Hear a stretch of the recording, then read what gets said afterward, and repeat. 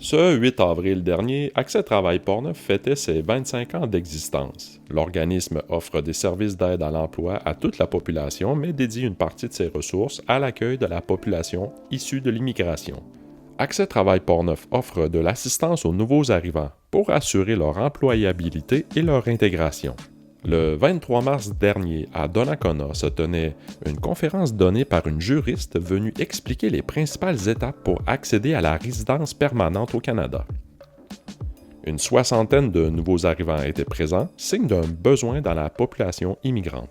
Dans les bureaux d'Accès Travail Portneuf à Donnacona, nous avons rencontré Bianca Michaud et Audrey Normando qui sont en charge de l'accueil des immigrants dans la MRC. Chez Accès Travail Portneuf, on a une équipe en immigration de 10 personnes qui vont offrir différents services aux personnes immigrantes.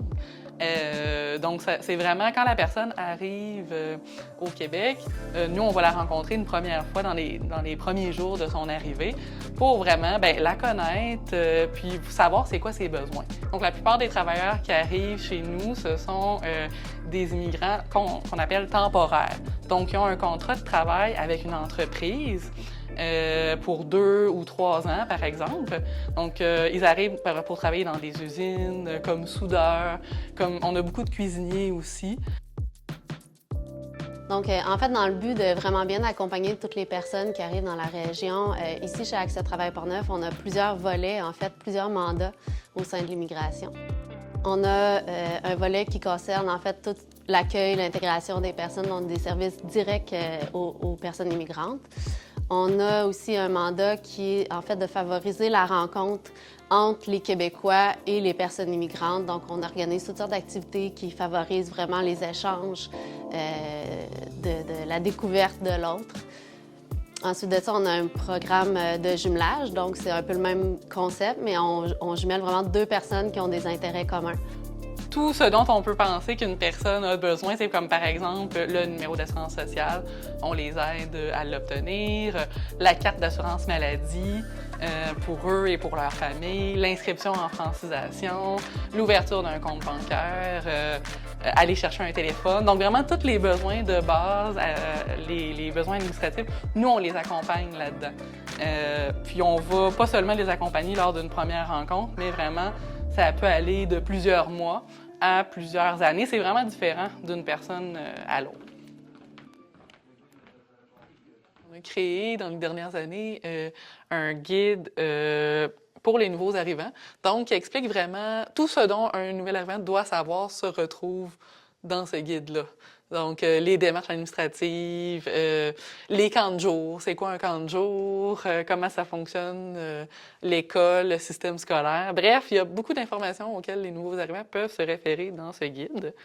Quand les personnes arrivent, oui, c'est important les démarches administratives, mais ce qui est aussi important, c'est l'intégration. Ils veulent s'intégrer au Québec, ils veulent rester ici.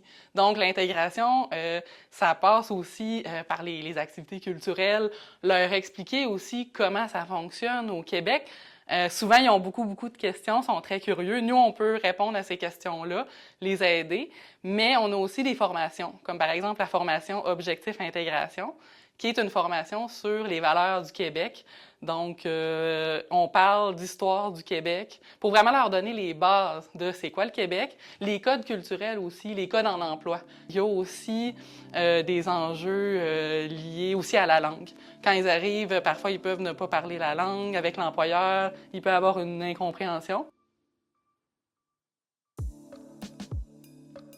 C'est depuis 4 ans que la situation a vraiment évolué.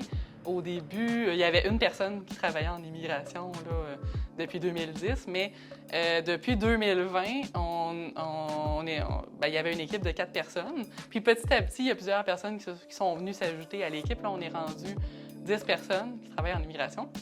Et dans le fond, on accueille depuis 4 ans, on a accueilli 700 personnes dans le volet des immigrants temporaires, mais aussi 400 personnes de plus pour les travailleurs agricoles.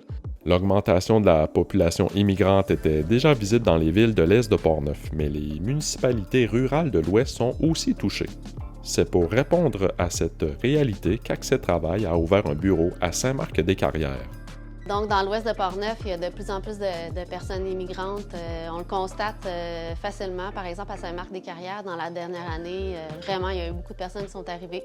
Puis c'est pas juste comme dans les plus grosses villes, ça peut être dans les petits villages aussi. À Saint-Hubal, par exemple, il y a énormément de travailleurs étrangers temporaires qui sont arrivés aussi.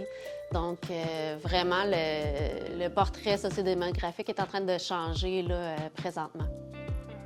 On a tendance à penser que les personnes immigrantes vont s'établir plus dans les grands centres urbains, mais on se rend compte dans les dernières années que c'est pas nécessairement le cas.